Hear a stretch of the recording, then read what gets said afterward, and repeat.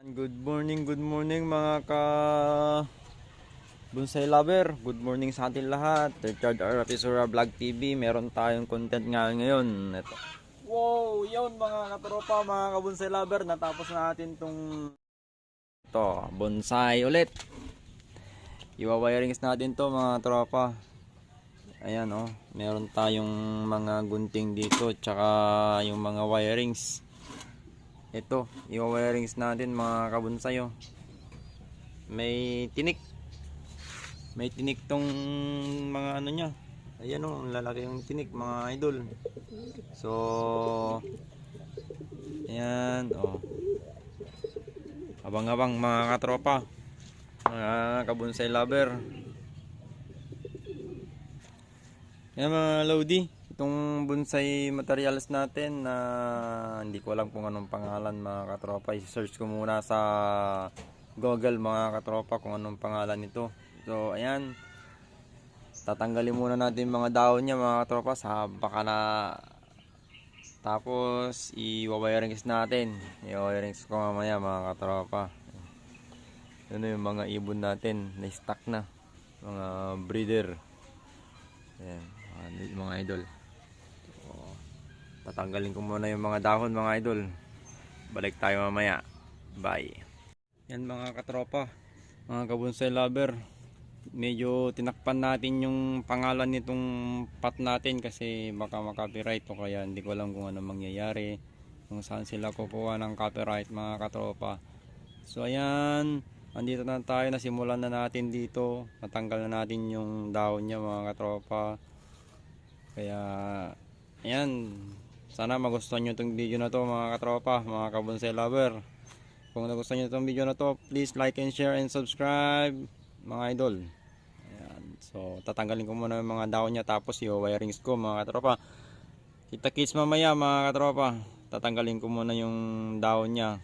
Ayan, so yan mga katropa, nangangalahati na tayo sa bonsai materials natin na ayan.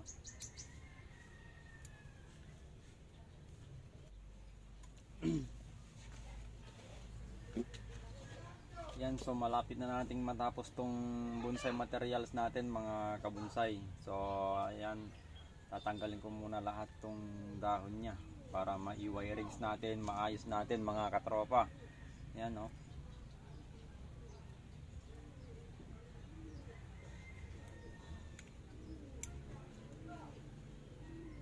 Ayan, so malapit na nating matapos tong bonsai materials natin na tinatanggal tong mga dahon niya para may wirings natin mga katropa, mga kabonsai lover.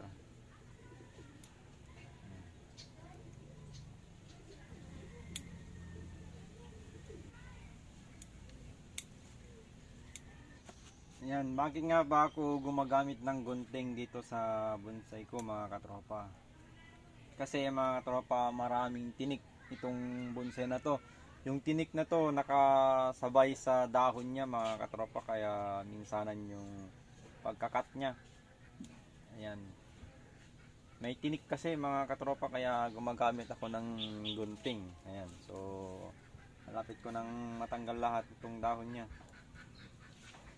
Yan mga kabonsai, natapos na nating tanggalin lahat ng dahon niya. So ngayon, meron lang tayong tatanggalin na branch at saka iwa-wirings natin ito ng maigi mga katropa para magiging bonsai materials na siya ng maigi. So yung pot niya mga katropa, yan pa rin mga katropa, mga kabonsai lover. Kasi wala pa tayong nagawa na bonsai pot. Yan, so wirings ko muna mga katropa. Balik tayo mamaya mga karepa pits, mga bonsai lover. Yan mga katropa, meron na tayong isa na wirings, isang branch nya. Ang ginawa ko mga katropa, tinanggal ko tong pot, tinanggal ko yung buong bonsai materials para maiayos ko na konti. Kanina naka-island siya, ngayon pinantayo natin mga katropa, pag ganun yung paggawa natin, parang pyramid mga katropa. So dito muna ako, abang-abang muna tayo mga katropa.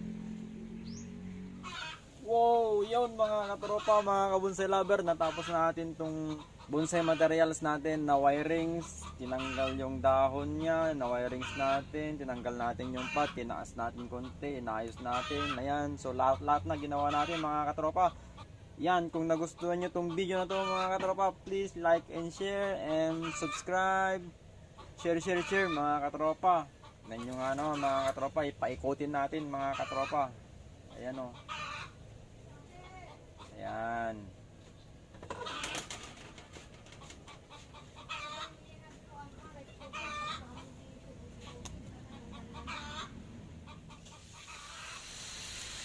Yan, didiligan ko na kasi tapos na.